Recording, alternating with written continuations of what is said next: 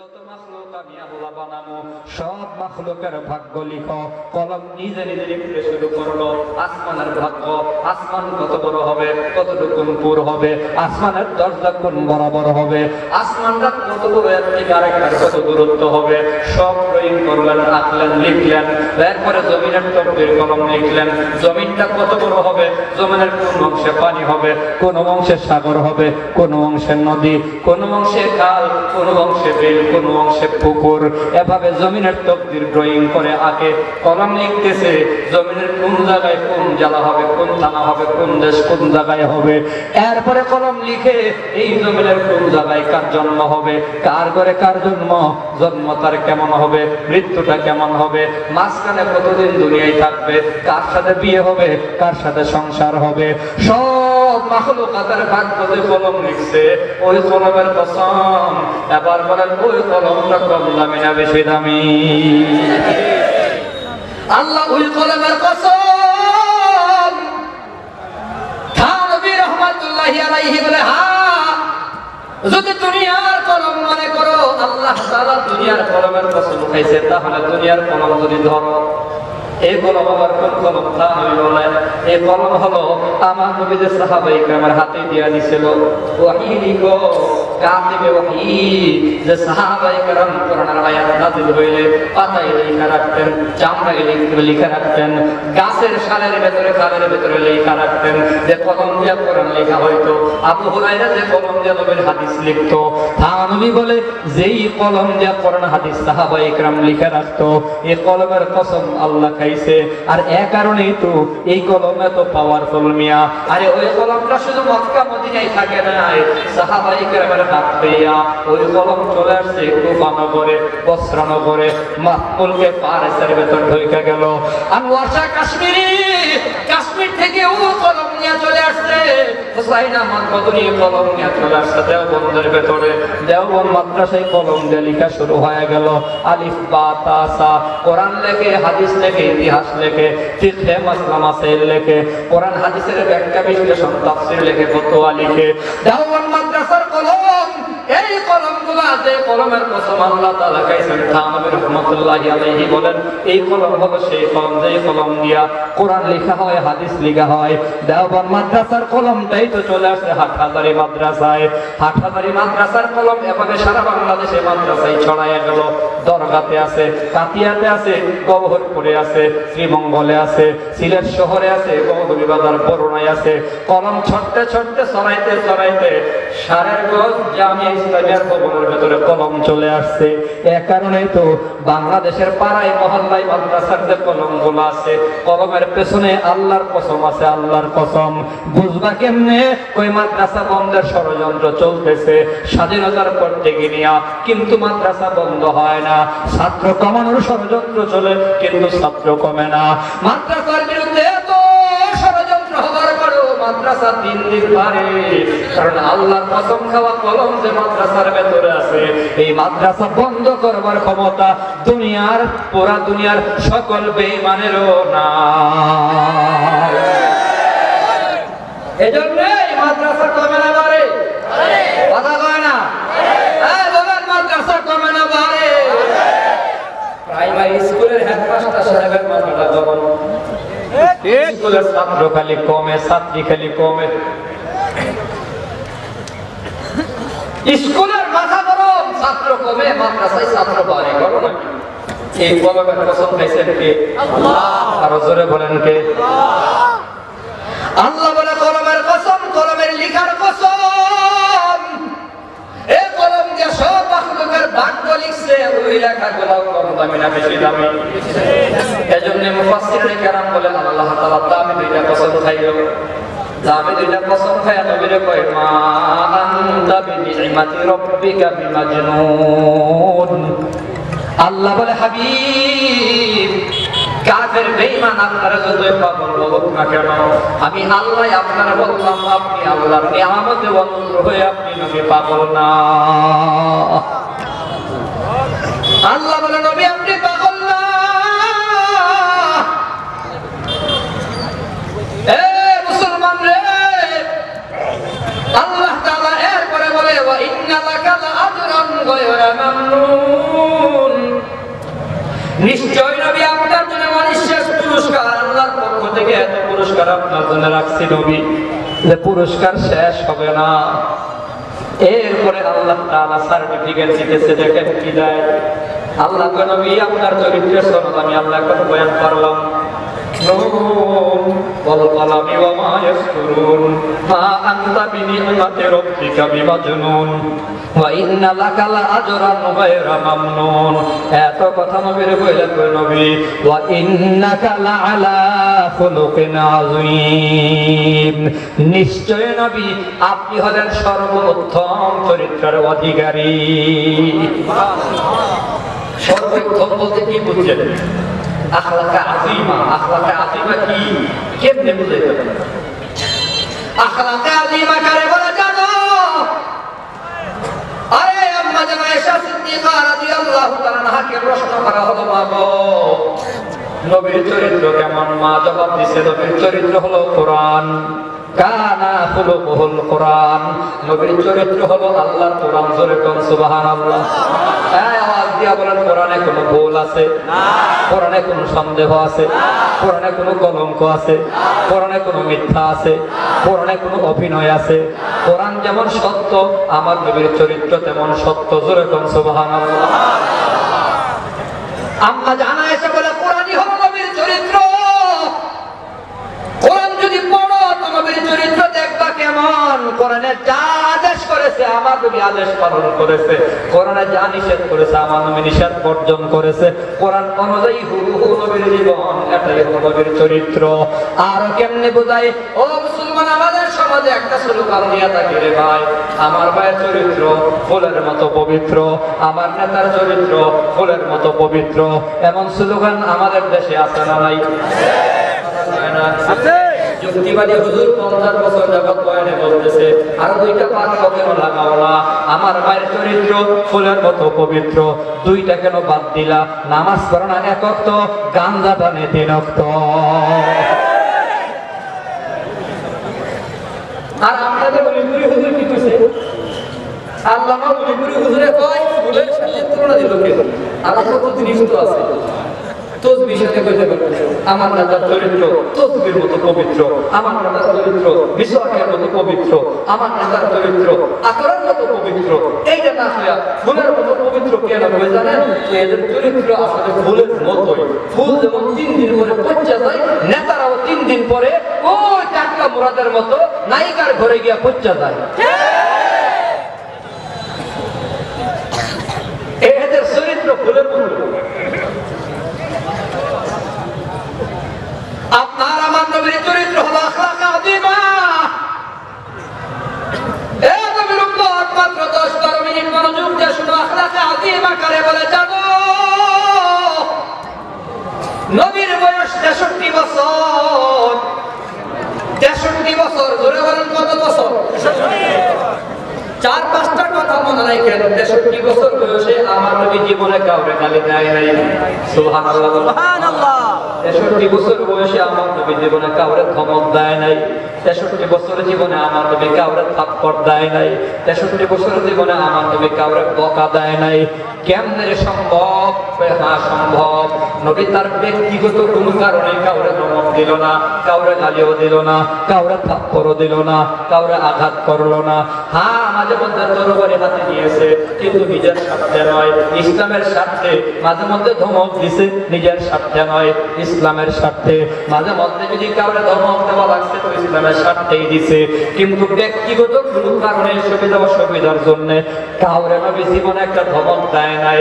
খাদামতুন নবিয়্যা সাল্লাল্লাহু আলাইহি ওয়াসাল্লাম 10 সিনিন। আনাস ইবনে মালিক রাদিয়াল্লাহু আনহু বলেন 10 বছর নবীর খেদমত করলাম। 2 কাম দিয়ে শুনো নবীর উম্মতের দলেরা, তোমার আমার ব্যবহার কেমন, আখলাক কেমন, আর নবীর চরিত্র কেমন, তোমার চরিত্র কেমন। আনাস ইবনে মালিক বলে 10 বছর আমি নবীর খেদমত করলাম। 10 বছরে একদিনও আল্লাহ কসম লা ক্বালা লি উফিন, একদিন আমার জন্য উফ শব্দ করে নাই। মা ক্বালা লি উফিন, একদিন উফ শব্দটা পর্যন্ত করে নাই। পানি আগায় দিতে দেরি হয়েছে, নবী বিরক্ত হয় নাই। গামছা চাইছে, আমি মেসওয়াক দিলাম, মেসওয়াক চাইছে, গামছা দিলাম, নবী আমার ধমক দেয় নাই, উফ শব্দটাও করে নাই। 10টা বছর পর্যন্ত খেদমত করলাম, একদিন নবী আমার সাথে মন খারাপ করে নাই। আখলাক কাযিমা বলে নবীর ব্যবহার কেমন? গ্রাম্য তুমি একজন সাহাবী যদি নবীর সাথে দেখা করতে আসছে, আমার নবীর ব্যবহার কেমন ছিল? রহমত। ওই সাহাবী আয়েশা আমার নবীর সাথে যখন হাত মিলাইতো, যতক্ষণ ওই লোকটা কথা বলতো, ততক্ষণ নবী তার চেহারার দিকে তাকায় তাকায় কথা শুনতো। সে যতক্ষণ হাত টান দিত না, আমার নবীর হাত টান দিতেন না। আমার নবীর ব্যবহার এত মজার ছিল। একজন গ্রামের সাহাবী গাছের প্রথম ফল ধরছে, আঙ্গুর ফল। এক ছত্রা আঙ্গুর ফল নবীর সামনে নিয়ে আসছে, সাহাবায়ে কেরাম সাথে বসা। আমার নবী একটা আঙ্গুর ফল মুখে দিয়া আস্তে আস্তে করে সবগুলো আঙ্গুর খেয়ে ফেললো। যে আঙ্গুর নিয়ে আসছে, গ্রামের একজন সরল সাহাবী মনে মনে কয়, আমার কপাল কত ভালো, আমার নবীকে হাদিয়া দিলাম, সব আঙ্গুর নবী একাই খাইছে। খুশি খুশি মনে বাড়ির দিকে রওনা করে। আমার নবীর পাশে যে সাহাবায়ে কেরাম বসা, ওনারা মনে মনে কয়, নবী তো এমন না, একটা খেজুর পাইলে ভাত যোগ করে দিত আর খাইতো, আজকে সবগুলো আঙ্গুর একাই খাইয়া ফেললো। একজন জিজ্ঞাসা করে ফেলছে, ইয়া রাসূলুল্লাহ, সবগুলো আঙ্গুর একলাই খাইলেন কেন? আমার নবী কই, সাহাবীরা রে, একটা আঙ্গুর আমি মুখে দিয়ে দেখলাম, আঙ্গুর বড় টক। এই টক ফল আঙ্গুর যদি তোমরা দিতাম, তোমরা খাইতা, তোমাদের নাক মুখ বাঁকা করতা। আমার যে সাহাবী মায়া কইরা আমার জন্য আছে, আমার সাহাবী মনে বড় কষ্ট পাইতো। আমার সাহাবী যেন কষ্ট না পায়, বেমজার টক আঙ্গুর ফল আমি কষ্ট কইরা আমি একা একা খাইছি, আমার সাহাবীরা আমি কষ্ট দেয় নাই। আখলাক কাযিমা বলে নবী কেমন? ও নবীর উম্মত, এক ইহুদি আমার নবীর থেকে টাকা পাও না, ইহুদির থেকে আমার নবীর টাকা যদি নিজের জন্য নেন নাই, আরেক সাহাবীর হাজার পুরা করবার জন্য আরেকবার পক্ষ থেকে নবী ধার নিয়ে সাহাবীরে দিচ্ছেন। সোমবারে টাকা দেওয়ার কথা মনে নেই। আমার নবী জানাজা পড়ে সাহাবায়ে কেরামদের নিয়ে মসজিদে নববীর দিকে রওনা। প্রতিমধ্যে ইহুদি আইসা আমার নবীর গলায় ধরে কয়, মুহাম্মদ আমার টাকা দিয়া যাও। আমার নবী কই, তোমার টাকা দেওয়ার কথা কোন দিন? কই, আগামীকাল। তো আজকে আমার আটকাইলা কেন? কই, মুহাম্মদ তোমারে চিনি, তোমার বাপ দাদারেও চিনি, তোমরা মানুষ বেশি ভালো না। খুব খারাপ খারাপ কথা কইয়া আমার নবীর কষ্ট দিল। আপনার আমার নবীর গলায় ধরে ফেলছে। হযরত ওমর নবীর সাথে তরবারি হাতে নিয়ে কয়, নবী গো, অনুমতি দেন, আপনি যদি অনুমতি দেন ইহুদির গলাটা আমি ফালাইয়া দেব। আমার আপনার নবী বলে, ওমর, এই কথা বললা কেন? তুমি তো বলতে পারতো নবী তার টাকা দিয়া দেন, আর তাহলে তারে বলতে পারতা, ও ইহুদি, আমার নবীর কাছে এমন বেয়াদবের মতো টাকা চাইলা কেন? আদবের সাথে ও টাকাটা চাইতে পারতা। ইহুদি আমার নবী ভালো আচরণ করে বলে আমার নবীর গলাটা ধরলো, নবীর চোখ থেকে পানি চলে আসলো। কিন্তু ওমরকে বলছে, তরবারি চালানোর কোনো সুযোগ নাই, ওমর যাও, আবার তুমি তার টাকাগুলো আদায় করে দিও। আর আস্তে করে বলে দিছে, 32 কেজি খেজুর তারে বাড়াইয়া দিবা। ইহুদির সাথে নিয়া হযরত ওমর তার পাওনা টাকা আদায় করে দিল, আর 32 কেজি খেজুর বাড়াইয়া দিল। ইহুদি আবার জিগাইল, ওমর, বুঝলাম না, আমি অন্যায় করছি, আগামীকাল টাকা নেওয়ার কথা, আজকে আমি আগের দিন এসে কলারে ধরে ফেললাম। আগের দিন আসা একটা অন্যায়, কলারে ধরে ফেলাটা আরেকটা অন্যায়। আমার ধর্মের লোকেরাও মুহাম্মদ নবীর বিচারপতি হিসেবে মানে। মুহাম্মদ নবী চাইলে তো আমার কল্লা ফালাইয়া দিতে পারে, দুনিয়ার আইনেও কোনো অপরাধ না। কিন্তু মুহাম্মদ নবী আমার সাথে খারাপ ব্যবহার না কইরা আমার পাওনা আদায় করলো, আবার 32 কেজি খেজুর বাড়াইয়া দিল। ব্যাপারটা কি? ওমর বলে, ইহুদি, আমি যে তোমার হুমকি দিছি, হুমকি দেওয়ার কারণে নবী আমারে তোমার হুমকির বদৌলতে জরিমানা 32 কেজি খেজুর আরো বাড়াইয়া দিল। ইহুদি বলে, ওমর, তুমি আমারে চিনো? ওমর বলে, না, আমি হলাম সোনা, তার মানে আমি হলাম বারাই যায়েদ বিন সোনা, আমি হলাম বারাই। হযরত ওমর চুপ বড় বড় করে বারাই, তুমি তো ইহুদি বড় আলেম, তাওরাত শরীফের হাফেজ, তুমি চারটিখানি কথা না। তাওরাতের হাফেজ এত বড় আলেম, তোমার তুমি এত বড় আলেম হইয়া আমার নবীর কলার ধরলা, আমার নবীর সাথে বেয়াদবি কেমনে করলা? ইহুদি আবার কান্দার বলে, ওমর তাওরাতের পাতায় পাতায় আমি পড়ছি মুহাম্মদ নবী দেখতে কেমন, তাওরাতের পাতার মধ্যে পড়ছি মুহাম্মদ নবীর চেহারা কেমন, মুহাম্মদ নবীর চুখ কেমন, মুহাম্মদ নবীর গাল মোবারক কেমন, দাড়ি মোবারক কেমন হবে, চুল মোবারক কেমন, সব আমার পড়া কিতাবের সাথে মিল লাগেছে। একটা বিষয় যাচাই করা বাকি ছিল, তাওরাতের কিতাবে পড়ছি মুহাম্মদ নবীর সাথে যদি খারাপ ব্যবহার করা হয়, মুহাম্মদ নবী নাকি উল্টা ভালো ব্যবহার করে। আজকে আমি প্রমাণ পেয়ে গেলাম, আমি খারাপ ব্যবহার করার পর মুহাম্মদ নবী আমার সাথে যে উত্তম ব্যবহার করেছে, এর দ্বারা প্রমাণ হয় তিনি হলেন শ্রেষ্ঠ নবী, শেষ নবী। ওমর তোমার সামনে এই মুহূর্তে আমি কালিমা পড়ে মুসলমান হয়ে গেলাম। আপনার আমার নবীর ব্যবহারের মজা। আল্লাহ বলে খুলুকা আযীম নাখলাকা আযীমা। ও নবীর উম্মত নবীর মানতো, নবী মানতা দোয়া করতো তায়েফের ময়দানের খবর। তায়েফের ময়দানে আমার নবী যখন দাওয়াত নিয়ে যায়, কাফের বেঈমানের বাচ্চারা পাথর মারতে শুরু করে। পাঞ্জাবি তো মোটা কাপড়, রোদের লোকেরা মোটা কাপড় পরিধান করে। আমার নবীর পাঞ্জাবি ছিদ্র হয়া পাথর তো কুনাইসা কানাইসা ধারালো পাথর। আমার নবীর পাঞ্জাবি ছিদ্র হয়া চামড়া মোবারক ছিদ্র হইয়া গোশতের ভেতরে গিয়া পাথর লাগা থাকে। যায়েদ ইবনে হারেসা রাদিয়াল্লাহু তাআলা বলে, পাথর যখন আঙ্গুল দিয়ে কোথা দিয়ে বের করি এত রক্ত বের হয়। আমার নবী একবার নয়, দুইবার নয়, তিনবার অজ্ঞান হয়ে মাটিতে পড়ে গেল। ও নবীর উম্মত অজ্ঞান হয়ে মাটিতে পড়ে গেছে। জ্ঞান ফিরার পরে আমার নবী একটা চিৎকার মারছে আল্লাহর দরবারে, আল্লাহ কোথায় আমার পাঠিয়ে দিছো? আশ্চর্যের বিষয় হলো আসমানে যত ফেরেশতা, আসমানে যত ফেরেশতা সারা জীবন লড়াই করতে পারা, আসমানে যত ফেরেশতা আল্লাহ বানাইছে সব ফেরেশতা একসাথে দুইবার কান্না করছিল, চিৎকার মারে আল্লাহর দরবারে কান্না করছিল। একবার হলো ওই যে শিশু বাচ্চা ইউসুফ নবীকে যখন কুয়ায় পালায়া যায়, ইউসুফ নবী সুন্দর একটা সুন্দর নিষ্পাপ বাচ্চা, ভাইরা যখন কুয়ায় পালায়া যায়, আপন ভাইরা যখন ভাইরে কুয়ায় পালায়া দেয়, এর চেয়ে বড় কষ্ট কি হতে পারে? ছোট মানুষ ইউসুফ নবী চোখের পানি ছেড়ে কাঁদলে, আসমানের সব ফেরেশতারাও কাঁদে। আরেকটা সময় আসমানের সকল ফেরেশতারা কান্না করছিল ওই তায়েফের ময়দানে। আপনার আমার নবী যখন কান্না করছিল, আয় আল্লাহ কোথায় পাঠাইছো? নবী যখন কান্না করে আসমানের সব ফেরেশতা একসাথে চিল্লি মেরে আল্লাহকে কয়, আল্লাহ তোমার হাবিবের কোথায় পাঠাইছো? কাফের বেঈমানরা পাথর মারতে মারতে নবীরে মেরে ফেলতেছে। আমার আল্লাহ তখন জিবরাইলকে ডাইকা কয়, জিবরাইল যা সাঙ্গ ভঙ্গ নিয়ে যা, আমার নবীরে বলবে শুধু অনুমতি দিত। আমার হাবিব যদি অনুমতি দেয় তো তায়েফের ময়দানে কাফের বেঈমান করে মাটির সাথে মিশাইয়া দিবি।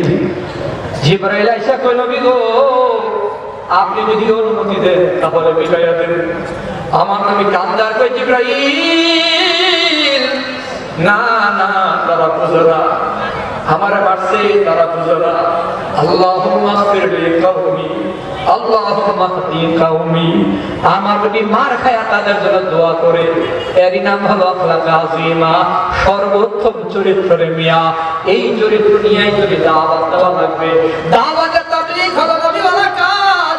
আমার নবী মার খাইয়া দোয়া করে, আর তুমি নবীওয়ালা কাজের দাবি কইরা অস্ত্র শস্ত্র নিয়া, চাকু নিয়া, ছড়ি নিয়া, তরবারি নিয়া রাতের আধারে টঙ্গীর ময়দানে নিরীহ সাথীদের উপর হামলা করো, তুমি তো আসলে নবীওয়ালা কাজ করলে না, তুমি তো সন্ত্রাসীদের কাজ করেছ। উদউ ইলা সাবিলি রাব্বিকা বিল হিকমাতি ওয়াল মাউইযাতিল হাসানা। দ্বীনের পথে মানুষকে ডাকবেন কোরআন সুন্নাহর মাধ্যমে, আর মাউইযাতিল হাসানা সুন্দর সুন্দর ওয়াজ নসিহতের দ্বারা। পিঠে পড়ায়া, হাতে পড়ায়া, আমার নবী কাইন্দা কাইন্দা হাতে পড়ায়া, পিঠে পড়ায়া, বাবা শুনে নাই মানুষকে দাওয়াত দিয়া কালিমা পড়ে মুসলমান কালিমা পড়ে মুসলমান বানাইছে, কাউরে মাইরা ধমক দিয়ে নবী মুসলমান বানান নাই। কথা বলেন ঠিক কিনা? এই হলো আমার নবীর চরিত্র, আখলাকে আজিমা বলা নবী। এই উম্মত আজকে তোমার আমার চরিত্রের ভিতরে এত দুর্গন্ধ, গালি ছাড়া কথা হয় না, মানুষের বিপদ শাখায় পরিবর্তন করি, হারাম খাই, হারাম গ্রহণ করি, এভাবে করে নিজের চরিত্রকে বিনষ্ট করে ফেলেছি। আসেন সামনে রমজান মাসে পাক্কা নিয়ত এখন থেকে নিয়া আজকে থেকে নিয়ে গুনাহ ছেড়ে দেব, কোনো গুনাহ আর করব না। নবীর চরিত্রে আখলাক ওয়ালা হব, চরিত্রবান হব, নবীর চরিত্রের মতো নিজের চরিত্রকে সাজাবার চেষ্টা করব। কারা কারা আল্লাহর হাত দেখাই ইনশাআল্লাহ। আল্লাহ কবুল করেন, সবাই বলে আমিন, আরো জোরে বলে আমিন। আখলাকে আজিমা ওয়ালা হওয়ার জন্য কি করা লাগবে? নবী রাসূলুল্লাহ আলাইহি পরামর্শ দিয়েছে, আখলাকে আজিমা হতে হলে সর্বোত্তম চরিত্র যদি গ্রহণ করতে চাও তাহলে সুন্নতের উপর আমল করো। যার কাছে যত সুন্নত তার চরিত্র তত উন্নত। আল্লাহ তাআলা আমাদেরকে সুন্নতের উপর আমল করে আখলাকে আজিমা ওয়ালা নবীর আখলাক ওয়ালা উম্মত হওয়ার তৌফিক দেন, সবাই বলে আমিন। আপনাদের কাছে দোয়া চাই। গত 20-22 দিন থেকে আমার পরিবার পুত্র একটা ছেলে 14 মাসের ছেলে মারা গেছে। আপনারা দোয়া করবেন আমার ছেলেকে যেন আল্লাহ তাআলা জান্নাতের পাখি বানায়, আমার পরিবারে যেন নাজাতের জরিয়া বানায়। অনেক কথা আমি ক্লান্ত, খুব অসুস্থ, শারীরিকভাবে মানসিকভাবে ভেঙে পড়া মানুষ, তারপরেও দীর্ঘ সময় কথা বলেছি, টাকাটা আছে আগে পিছিয়ে, দরজা আছে, দোয়া চাই সকলের কাছে। মাহফিল চলতে থাকবে, আপনাদের সবার কাছে দোয়া চেয়ে আজকের মতো এখানে বিদায় দিচ্ছি। ধারাবাহিক বয়ান চলতে থাকবে, বরণ ওলামায়ে কেরাম আসতে থাকবে, আমরা চুপচাপ বসে যাই। অল্প সময়ের ভেতরে আপনারা মাদানী সাহেবকে স্টেজে নিয়ে আসেন, মানুষ একটু কষ্ট করতেছে। আশা করি, আমি দোয়া করি আপনাদের জন্য, যেটুকু বলছি মনে থাকবে তো ইনশাআল্লাহ।